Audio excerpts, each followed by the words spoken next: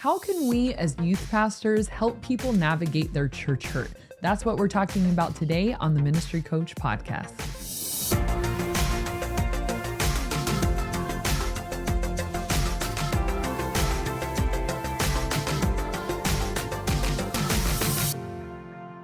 Welcome to the Ministry Coach Podcast, where we bring you weekly tips and tactics to help you fast track the growth and health of your youth ministry. My name is Jeff Lascola, and this is Kristen Lascola, and today's episode is brought to you by one of our listeners, actually named Cara Daniel.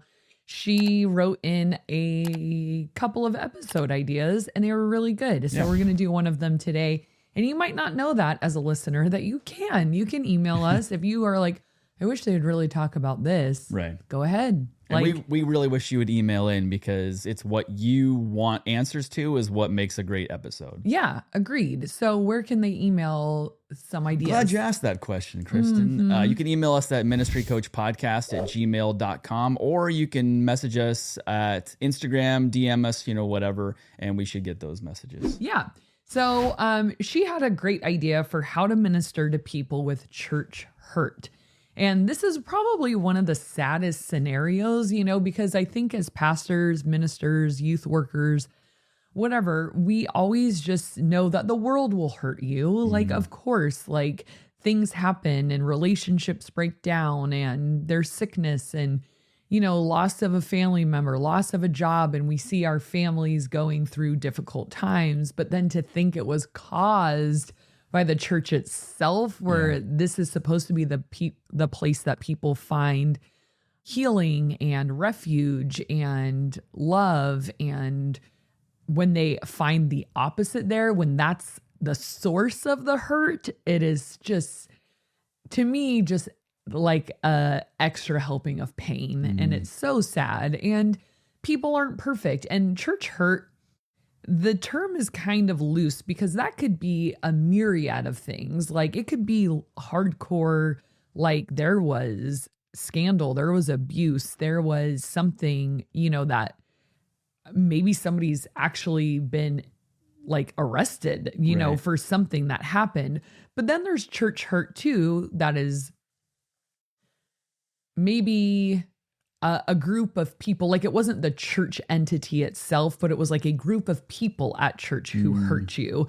Like there was a clique that left you out, or there was someone who gossiped about you. Yeah. And that is like people hurt, not necessarily church hurt. Church people hurt, whatever. I don't know. But there is varying degrees of like, what does this mean? And when people come through your doors and they're new to your church, when you start talking, you might pick up on, wow, you have like a traumatic experience from a previous church, or you have hurt from people at your previous church. And neither one is wrong. It's just might gauge the intensity. Both of them are wrong. Sorry, not wrong to feel hurt. Right, I know you That's meant. what I meant. Thank you for clarifying that. Not wrong to feel hurt, but the way that we deal with it and the intensity of that might, vary a little bit. So the first thing any good pastor or ministry lead or anyone who's trying to reach somebody who's just hurt in general is, number one, be a good listener. You don't have to have advice. You don't have to solve a problem. You just need to listen. And I've just learned over the years that even when people come to me for an answer, I feel like 10% of the time they actually want an answer. 90% of the time they just want to talk it out. Yeah. Yeah, because then I'll be like, oh gosh, they came to me and they asked a question. They need advice. Here I go. And then I find that they usually take the ball back and want to do most of the talking themselves. Right. And I used to be so confused by that. Like, why did you ask me? I didn't help you at all. But just having a safe space to talk and process it with someone who listens and is an empathetic listener actually is a very healing process for them. Like just to be able to say this stuff out loud to another human who cares. And so just being super compassionate when they want to talk and not defensive. So saying things like, I'm so sorry that happened is, a compassionate response. and then validating those feelings. Like I said, like no matter what the source of the hurt was, it's not really up to us to see if that was valid or not. Right. It won't make a difference. Say deep down, you're like, what? That makes no sense. Right. You weren't there. Who knows? And that doesn't matter anyways. So you just validate how they feel of like, yeah, like, I'm so sorry you feel that way, or I don't blame you for feeling that way, or wow, tell me more about that. And just let them talk as much as they want. And you don't want to overdo the questions if they're some people. And this is where you really need the Holy Spirit to kind of guide of like, sometimes too many questions are painful and sometimes not enough questions are painful. It's like, well, you didn't care. You didn't ask, somebody was going through a hard time recently at our church and I could tell something was wrong. And so I finally asked and they were like, whoa, you're the first person who's actually asked. And they wanted to talk about it. But if you sense like, I'm fine, like, what, like, and they're like almost offended, then just let it go. But being available to be a compassionate and empathetic listener who doesn't need to fix it, solve it, or talk you out of your pain, but just, I'm here to process. I'm here to listen. Can too many questions even come across as like an interrogation? I think so. Yeah. And it depends how you ask and what you're asking as well. I think some people do take that as a little bit like, whoa. Yeah. But I feel like most people err on the other side of like, nobody cared. Nobody asked. I think that is more of a common scenario than guy third degree. Right. Most people have enough EQ. There's a few in there that probably don't know boundaries of questions, but I find in general, most people have enough EQ but questions that show interest or compassion or like availability on your part to keep going if they want. But you can tell pretty quick if someone's giving you really short answers or somebody is not wanting to talk much about it. And secondly, take it slow. So if somebody has church hurt, from I keep framing it like it's a previous church. I guess it could be in the church that you're at as well. And just take it slow with them. This kind of applies more to like a new person at your church, but I would say don't push giving or serving right off the bat. Like I would say there is a time in someone's faith journey where like we always talk about like be a contributor, not a consumer. But I think there really is a time in some people's faith journey where they need to just be a consumer. Like they don't need to be giving right now. And then let the Holy Spirit kind of lead them when it's time, but they need to just be taken care of. And, we call the church a hospital and we usually put that in the sense of like spiritually, like when Jesus says it's not the healthy that need a doctor, it's the sick. And I think Jesus meant spiritually sick. I think we can also say like the church can be a hospital for the emotionally sick, and I just need to be taken care of by my church family right now. I think that would fit, in that definition as well. And so just allowing people space and permission to just come and we will take care of you right now. So not pushing their involvement and then giving opportunity for community, but not pushing it until they're ready. Just like, hey, there's a Bible study Wednesday nights. Of course you're welcome or invited or, like so that they know, but not hounding them to sign up for like, well, you got to join a Bible study. You got to join a life group. You got to join a small group. Like it might not be time for them, but just knowing that that's available, community, small group, but you just might not be ready for that.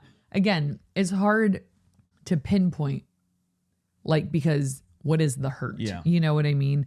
But these are, more generality. So, and then number 3, it's incredibly important to be who you say you are. And this goes far beyond church hurt, but we build trust with people that are hurt and just in general. You don't just like, oh, you're the hurt person, so I'm going to make sure I'm on my best behavior. Like in general, this is how one way we prevent it is we be who we say we're going to be. We do what we say we're going to do. Like, we don't overpromise and underdeliver to people, and we build that trust by doing what we say we're going to do. Like, if you say, hey, I'm going to follow up with you in a couple of weeks, really do it. If I say I'm going to pray for you, really do it. If I say, like, I'm going to get you a resource of a counselor or something like that, really deliver on that. And I think people with church hurt especially need us to be reliable, need us to be people who follow through on what we say, and not just be another, oh yeah, like I got lost in the crowd and you eventually kind of forgot about me. But like, when that's happening, like, whatever you've committed to, like, hey, we need to go to coffee and talk about this, or I'd love to take you out and, pray for you, whatever you've committed to. It's easy in that moment with a hurting person. You want to promise the world. You want to say, I'm going to do this and I'm going to do that. And you want them to feel that comfort. However, if you don't follow through on it, then we're sort of right back where we started. Because like building that trust is like any kind of like construction. It's like, how long does it take to build a house? I don't know, 6 months, something like that. Slow process. Each phase goes along, but demoing a house, demolishing a house, that's a day. Yeah. Like in an instant. So it's like you're slowly building that trust, but you can destroy it in a moment. Right. Yeah. Good point. And when people are already kind of emotionally vulnerable, they're, we've all been in that position before. You're very sensitive to that. Like, you don't want to be let down again, and it's not like, okay, so be perfect now. Don't ever let anyone down, but just be cautious of like, am I acting like I'm going to be there for you? Like, I remember one time I was going through a really hard time and somebody had reached out to me and I kind of like poured my heart out, and then it was crickets. To this day, they never wrote back. You really offended them. I know. I was just saying, like, they had texted to check in, like when my mom passed away. And so I kind of was vulnerable and like texted them back and told them how I was feeling and how Christmas is really hard for me and blah, blah, blah. And then they just kind of never wrote back. Wow. I was like, okay, I assume because you're so busy praying for me. All right. Still. Yeah. And I mean, I can rise above that. It's like they probably got busy and forgot and had no intention of hurting me. But if I was a vulnerable person who was just like so untrusting of the church, I would find that as one more thing, right? And it's like, it just depends on how fragile you are in that moment. And, just being careful that we're not adding to this by saying, yes, I'm going to be there and text you and take you out and pray for you and pray over you and get you plugged in and get you this resource. And then, well, where'd you go? You got busy, like, nice, right? And then use wisdom to gauge their desire and pace for a relationship. So some people with church hurt really just want space. Like, I remember there was this woman who was going through a really hard time, and I was kind of trying to be consoling and encouraging, and she was like mad, like, because the thing she did not want to happen happened, and I was just trying to be encouraging. She's like, I don't want to talk about it. Like, I don't. And I'm like, yeah, valid. That's fine. So gauge that. Like, she wasn't mean to me, but she was firm of like, I can't talk about this right now. And so I was just sensing, oh, you really need space. So that's okay. And you're giving me that signal. I'll pray for you from afar, and then maybe try again later on, or write you a card or something that's very distant so that you can do with it what you want. Someone told me recently they weren't ready to talk about something, an area of pain in their life. That's totally fine. And then I said, well, what you can count on is me praying for you. So if this is too tender of a time, hurt wise, guess what? That's valid. And I'll just be over here praying, and that's how I'll partner with you in this season. Yeah. So, but some people don't want to be left alone, So it's kind of like we have to gauge a little bit, like, what are the signals people are sending us? Like, all of this, as I'm saying it, what keeps coming to mind is to be in ministry, you need to be incredibly emotionally intelligent. The less emotionally intelligent you are, the harder it is going to be to do ministry. Because a lot of this stuff, it's like, tell me where the verse is on church hurt. Well, I can think of rejoice with those who rejoice, weep with those who weep. And that's not even specifying church hurt. That's just, a life principle, like rejoice with the happy and be sad with the sad. Don't try to pull someone out of their pain if they're right in the middle of it. Just sit with them in it. Other than that, I'm like, where is this verse on church hurt? And that's why I think it's just so important to be emotionally intelligent with the power of the Holy Spirit as well, to sort of care well for these people and gauge what each individual needs. Because some people might say, give them space. They just need time. And some people might say, no way, don't leave me alone. Sit next to me. Like, be with me, drive me to church. I don't want to show up alone, like whatever. I mean, and I've been in ministry 21 years and I've seen all of that. I've seen people who it's like, it's not going to happen unless I physically go to your house, get you in my car and we go together.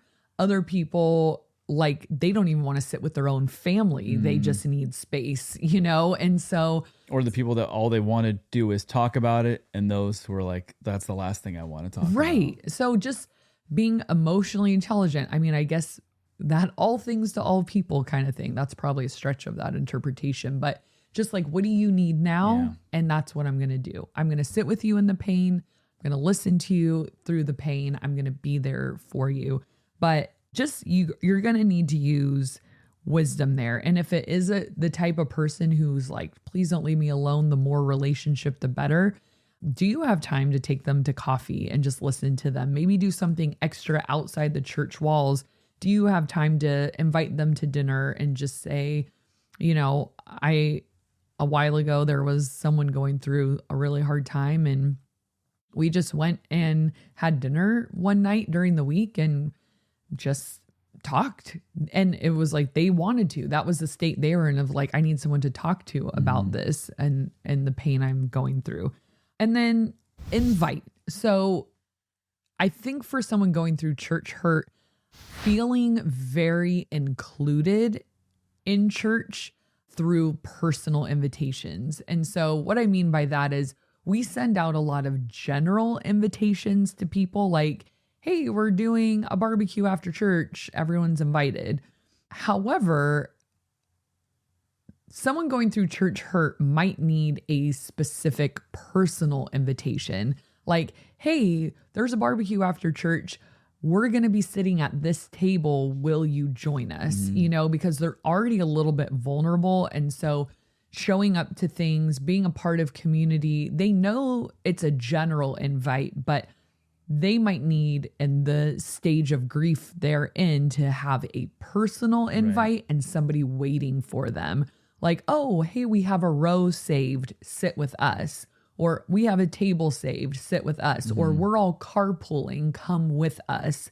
Like they just sort of need to be adopted in a little bit more instead of fending for themselves of like, well, you know where it is. Right. Well, you know what time it starts. I mean, in general, I feel like that's always a better invite anyways, is like, come sit with me, come with me versus, if you're there, say hi or I'll see you at this day or, whatever. But specifically saying like, we'll save you a seat. Oh man, I better go. Yeah. Now I'm going to let them down. Well, and then you feel wanted, like it's so nice when people think of you specifically and not just like, well, we're all here, but like, hey, I saved you a seat. Like there's no better feeling like when I'm going to an event and it's a big one and I know a few people there and someone will text me and say, I saved you a seat next to me. I'm like, oh, good. Right. Because, I walk in and I don't have to be like, all right, gauge the situation. Where do I go?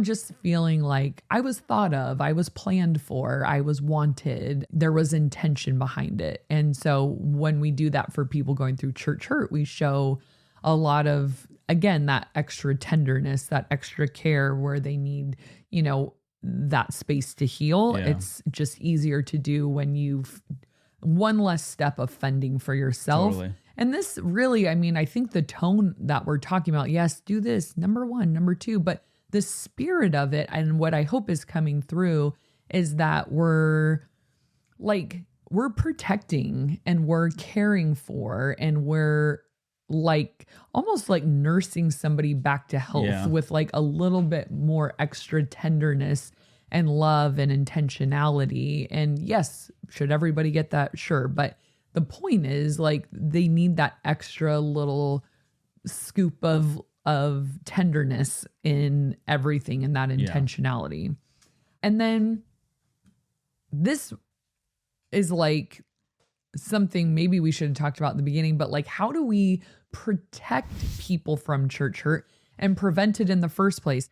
I can't control what the church down the street is doing, but how within our own walls can we hope to prevent as much as possible? And you can't eradicate it, like I said, because some of it's not on the church level. It's like that group of people. Like, all right, I can't regulate that group of people, but I think for church leadership, being a person of integrity, being honest, being the kind of church leader that is the same person behind closed doors that you are in front of your congregation. And that's one thing I love about working at North Coast. Like, obviously I don't know everything about everyone, but I tell people all the time, like our pastors are the same off stage as they are on stage. Like they're literally the same person. Like as long as I've worked here, there's nothing I'm like, oh, hopefully no one finds out this, So being the kind of person that's like, yeah, go through like, what if everything was on the table and, obviously protecting individuals' privacy, but what if they went through the computers, went through the ledgers, went through the, we're a fly on the wall on a meeting, like would everyone be like, yeah, sweet. Like I'll still go to this church, or would it be like, oh my gosh, And I feel like you can only hold that kind of stuff in for so long, and then something like leaks out somehow, some way eventually. And there'll be like individuals, but it's like, are we the kind of church that like, it could be a glass house, like we have nothing to hide. That's, I think, one way we protect people from church hurt, and caring for people very well as well.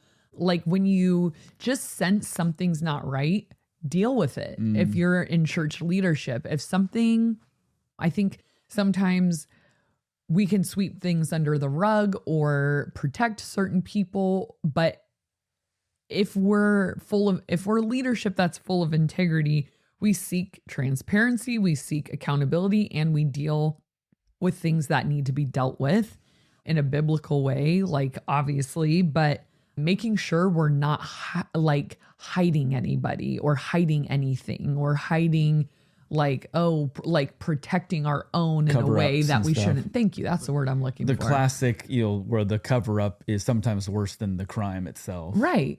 And when people fall from grace, how do we handle that? And being transparent of like, just because you're in leadership doesn't mean you're perfect, but okay, we deal with what we need to deal with though. Nobody is above like church discipline or like nobody's secret sin gets protected, and we hear those horror stories of other people knowing what's going on and then just kind of helping cover it up and protecting it for years and years and years and years.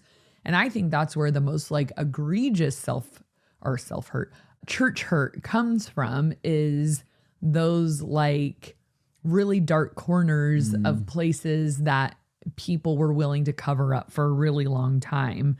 And so it's important that we vet our leaders well. But, even with the greatest vetting system, people still do things. So vet your leaders as well as you can. And if you see something, say something. If you see something that is concerning to you, hopefully you have a church environment that you can bring it up and not feel punished for it, but you're allowed to ask questions and express your concerns, and they're taken seriously. If you see something that doesn't seem right, or that gives you that feeling of like, I don't know, this something, you might just need more information, like if you think like, why do we do this? Is that right? And then you just ask a question and it all gets cleared up, or maybe it doesn't. But all that to say, yeah, no cover-ups, all fully transparent, all of that. And then just like a few final notes that I just kind of randomly was thinking about today is sometimes like people that are in a super vulnerable place with church hurt just might need some extra special privileges. Like maybe they need more time with you. Maybe they need to sit with you instead of with the kids. Maybe they want to visit a different class, or I don't know, just like I hold the rules and regulations a little looser with them because I'm like, I just want you here. Yeah. So like if you not bend the rules in a way of like, you're allowed to do whatever you want, Right. but it's like, oh, all the kids sit in those chairs during service and this kid wants to sit with me in the back. Like, fine, Yeah. not the end of the world. So I try to like, okay, the point is you need to be here. The point is you need to be in relationship. And the point is like, we want you to heal. And if I'm just such a stickler for like, no, you must sit here. No, you must do that. When it doesn't really matter, you could say on one side, well, what if everybody did that? Well, everyone's not going to, Right. And so I just try to be flexible and kind of like there was one of our little 6th grade boys was just having a hard time the other day. And this isn't church hurt. He just was like, will you sit in the back with me? I can't sit over there with my friends right now. Like, and I was like, sure, and then 30 minutes later, he's like, I want to go sit with my friends. Okay. All right. Bye. Nice flip-flop. I'm glad I was able to help, And so I, instead of saying, no, this is where Right. the 6th grade boys are right now, and you need to go there, mister. I just was like, okay, let me meet you where you're at. What do you need now? And if it's not hurting anyone or inconveniencing or threatening or causing, major problems, why not? Yeah. I'll be there for you. So I just try to use that lens through looking through even like church hurt of like, okay, I'm here. That's the best I can do. Please don't make me, there was a girl just having a really hard time, and it wasn't church hurt. It was more family hurt, but it was like, instead of listening to the sermon, she just needed to talk the entire time about like, I'm not okay. Like there's some stuff going on. And so instead of saying, it is sermon time, Missy, Right. be quiet, listen to whoever's teaching, I just was sat in the back of the room with her and we talked for 30 minutes and it was fantastic. And she was like, how I was saying in the beginning, like gauging, does this person want to talk? Right. So if they do, you better pull up a chair and get comfortable because that is giving you a signal. This is part of my healing. I want to talk about this. I want to go there. I want to be honest. But if you're prying, like. And giving them the time to be able to do that Alarm. too. Not like, I can't really, not right now. And then Yeah. never following back up at all. Yes. But just giving them that engaged time. Yes. And then lastly, pray. Duh. Like pray for them, pray with them, pray over them. I love doing that with a kid who's hurt in some way and, just pray for that healing for them. Like, can I just pray for you? And I think that means a whole lot too. Cause here's the thing. I'm not going to heal a kid from church hurt. I'm going to do things that God has called me to do to be there for them. And God can use those actions as part of their healing. But we all know the true healing is always going to come from the Holy Spirit. So just inviting God into that of like, I can't take away what happened. I can't undo it, but God can heal like those broken places, those hurtful places. So I'm going to be praying for you, but I'd like to pray for you right now, like praying together and hearing them say those words. If you can't, maybe there's a situation where you can't pray for them in that moment. I've texted prayers to people before, because I think it's just something cool about, instead of just saying, I'm praying for you. Have you ever heard someone pray for you or heard those actual words? Like I More kind of get powerful. choked up, like, whoa, like hearing the petition you're making on my behalf to God and like the words you're using kind of like got me rather than just, I'm praying for you. I have no idea what you said. Right. Like, or if you even said it. yeah.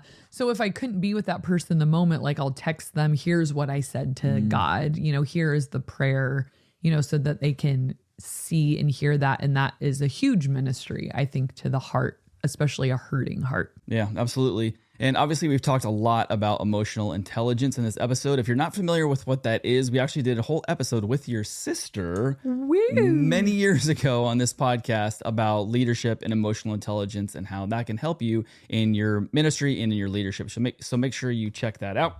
All right, let's do a community comment of the day. This comes from Michael Milliard, who says, thank you for this video. Me and my wife just took over for the youth group in our church, and I had been discouraged because we were small, but this video has changed my mind completely and has encouraged me. Thank you so much. God bless both of you. Well, thank you, Michael. This was the episode we did on how to make a smaller youth group feel much bigger. Nice. Well, I'm so glad. Yeah. Yay. I'm glad it was encouragement, Michael, and thank you for the comment. We appreciate you, and we thank you guys for watching and listening, and we'll see you next time.